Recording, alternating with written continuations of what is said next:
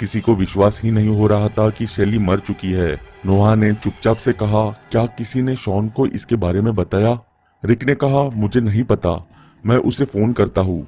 किम अपना पीला सा चेहरा लेके बैठी हुई थी। रिक ने शॉन को फोन किया और इस दुखद घटना के बारे में बताया। शॉन का रिएक्शन बहुत अजीब सा आया। शॉन ने इरिटेट होते हुए बोला, सुन ब्रो, मैं उसका बॉयफ्रेंड नहीं हूँ, ना ही मैं उसका दोस्त था। मुझे नहीं पता सुबह से सब मुझे फोन करके मेरा जीना क्यों हराम कर रहे हैं। मेरा कुछ लेना देना नहीं है भाई। उसने ये डिसीजन खुद लिया था। प्लीज इस बकवास में मुझे इन्वॉल्व करना बंद करो। किम शॉन की बातों पर विश्वास नहीं कर पा रही थी। उसे बहुत गुस्सा आ गया। उसने रिक से फोन खींचा और कहा, मैं विश्वास नहीं कर पा रही हूँ कि तुम कितने घटिया इंसान हो शॉन। हमारी कलीग की इतनी बुरी तरह से मौत हुई है, तुम थोड़ा तरस खा सकते हो। मुझे शैली के लिए बहुत बुरा लग रहा है कि उसने तुम जैसे इंसान से प्यार किया। और फिर उसने गुस्से में फोन काट दिया। रिक और नोआ भी शॉन के ऐसे बर्ताव से हैरान थे। अगले दिन जब ऑफिस पहुंचे, किम ने देखा शॉन कैफेटेरिया में खड़ा कुछ कलीग्स के साथ हंस रहा है, जैसे कुछ हुआ ही नहीं। शॉन ने उसकी तरफ देखा और कहा, हाय किम, पर उसने इग्नोर कर दिया और वहां से चली गई। उस पूरे दिन किम ने शॉन से कोई बात नहीं की और उसे इग्नोर किया। ऑफिस के स्टाफ ने शैली के डेस्क को कैंडल से सजा दिया। उन्होंने शैली की एक पिक्चर भी लगाई जिसमें शैली एक खुश लड़की की तरह मुस्कुरा रही थी। किम उसके डेस्क के पास गई और उसकी आंखों से आंसू आने लगे। वो मन में सोचने लगी कि कोई फर्क नहीं पड़ता कि वो कैसी लड़की थी, किसी को भी ऐसी मौत नहीं मिलनी चाहिए। ऑफिस के बाद वो घर जाने लगी थी जब नोआ उसके पास आया और उसे पूछा, तुम ठीक हो? किम ने सर हिलाया और कहा, हाँ शायद। नोहा ने हिचकिचाते हुए पूछा, रिक और मैं ड्रिंक्स के लिए जाने का सोच रहे थे, तुम साथ आना चाहोगी? किसी और दिन होता तो किम बहुत खुश होकर चली जाती, पर आज वो सिर्फ घर जाके लेटना चाहती थी। किम ने थकी हुई आवाज में कहा, नहीं थैंक यू, मुझे घर जाके सोना चाहिए। वो ऑफिस से चली गई। किम सबवे नहीं लेना चाहती थी, पर उसी से वो जल्द से जल्द घर पहुंच सकती थी। उसने घड़ी में टाइम देखा, शाम के 8 बज चुके थे। ठंड की वजह से सड़कों पर ज्यादा लोग नहीं थे। किम सबवे की तरफ चलने लगी। सीढ़ियों से नीचे जाते हुए कुछ डरावना सा एहसास हुआ। उसे पता नहीं ऐसा क्यों लग रहा था कि यहाँ पर कुछ होने वाला है।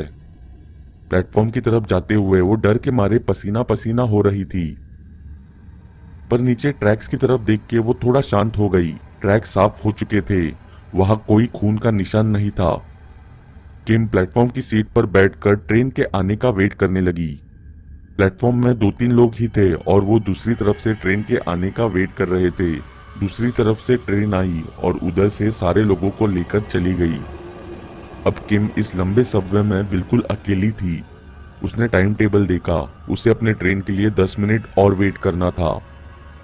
सबवे में अकेले बैठने वाली फीलिंग, जहां पे उसकी कलीग ने सुसाइड की थी, कुछ ज्यादा अच्छी नहीं थी। उसके दिमाग में परेशान होने वाले ख्याल आ ही रहे थे कि अचानक उसे एक अजीब सी आवाज आई। ऐसा लगा जैसे किसी को जमीन पर घसीटते हुए ले जाया जा रहा हो। और फिर एक और अजीब आवाज आई।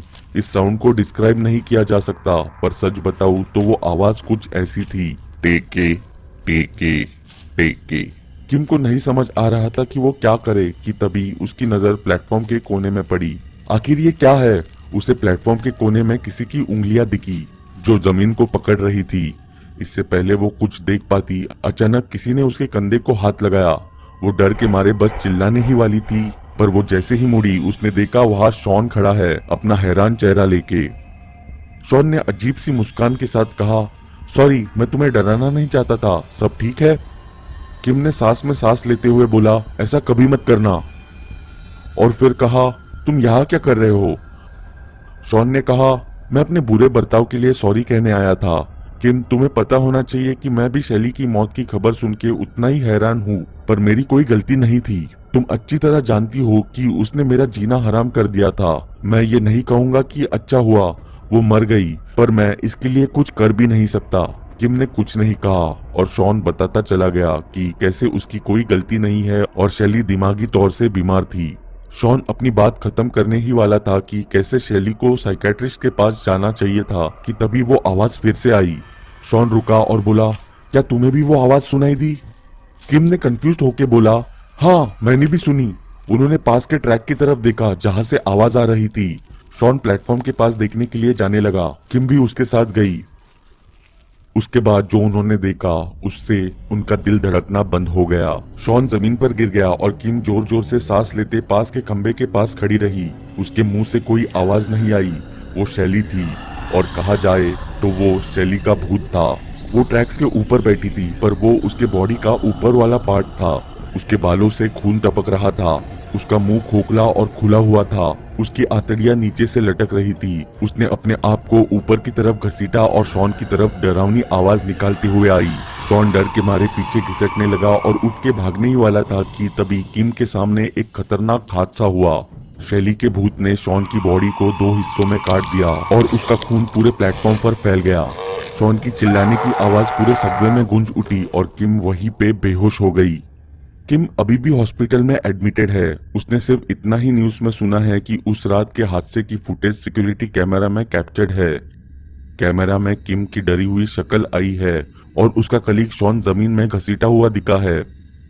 सबसे अजीब चीज ये है कि प्लेटफॉर्म में और कोई नहीं है, पर एकदम शॉन की बॉडी 2 टुकड़ों में कटी हुई दिखी है और फिर सब जगह खून फैलता है। पुलिस ने किम की बहुत बार स्टेटमेंट लेने की कोशिश की पर अभी तक किम ने एक शब्द नहीं निकाला है। वो सिर्फ एक बेहोश इंसान की तरह हॉस्पिटल की सीलिंग को घूरती रहती है।